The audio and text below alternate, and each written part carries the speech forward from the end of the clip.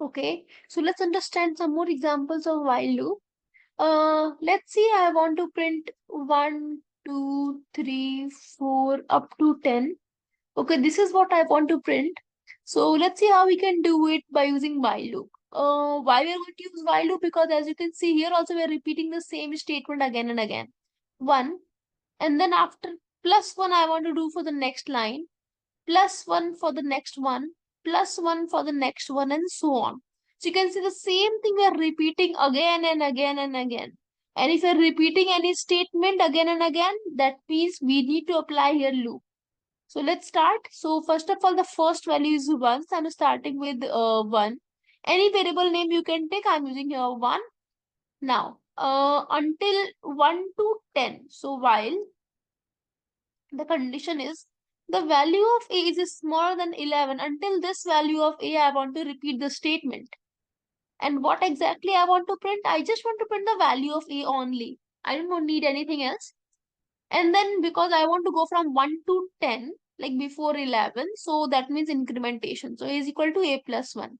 Either you can write it like this or you can do it like this. A plus equal to 1. These both are same. Okay. Now let's see how it works. So first of all, value of a is equal to 1. While the value of a is smaller than 11, true. If true, it print a. The value of a is 1. Cursor is in next line. A is equal to a plus 1, which becomes 2. So 2 is smaller than 11. True again. Print it. Cursor is in next line. A is equal to a plus 1, which becomes 3, and so on up to the value of a is smaller than 11, which is up to 10. Okay, let's do it here. So let me comment it out. So a is equal to 1 while the value of a is smaller than 11. I just want to print the value of a plus equal to 1. Anything you can write here. Run this code. And you can see here up to 10. I want to go up to 100. Okay, it's smaller than or equal to 100. Like from 1 to 100 I want to go. So run. Okay, and you can see the output here. It starts from 1 to 100. Okay, so because we are repeating the same statement again and again, we can just apply here while loop. Okay, now let's understand some more examples. Let me tell you how we can use decrementation operator in while loop. So suppose I want to go from 5 to 1. Okay, let's see how we can do this.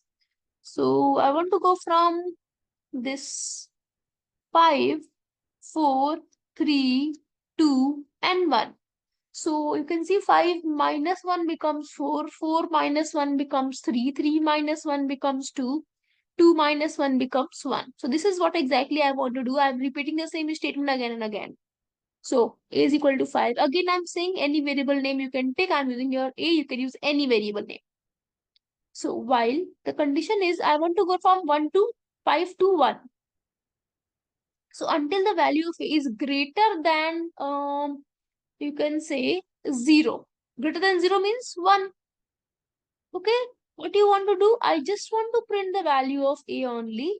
And I want to decrement the value every time. So a minus a equal to a minus 1 or a minus equal to 1. Anything you can use here. So a is equal to 5. Now, while the value of a is greater than 0, true. 5 is greater than 0, true. If true, print the value of a. Cursor is in next line.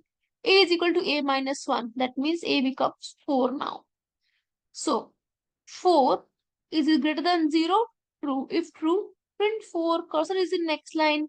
A is equal to a minus 1, which becomes 3, and so on. So, this is how it actually works. Let me do it. So, a is equal to 5 now, while the value of a is greater than 0. I just want to print the value of a, and then a minus equal to 1. That's it.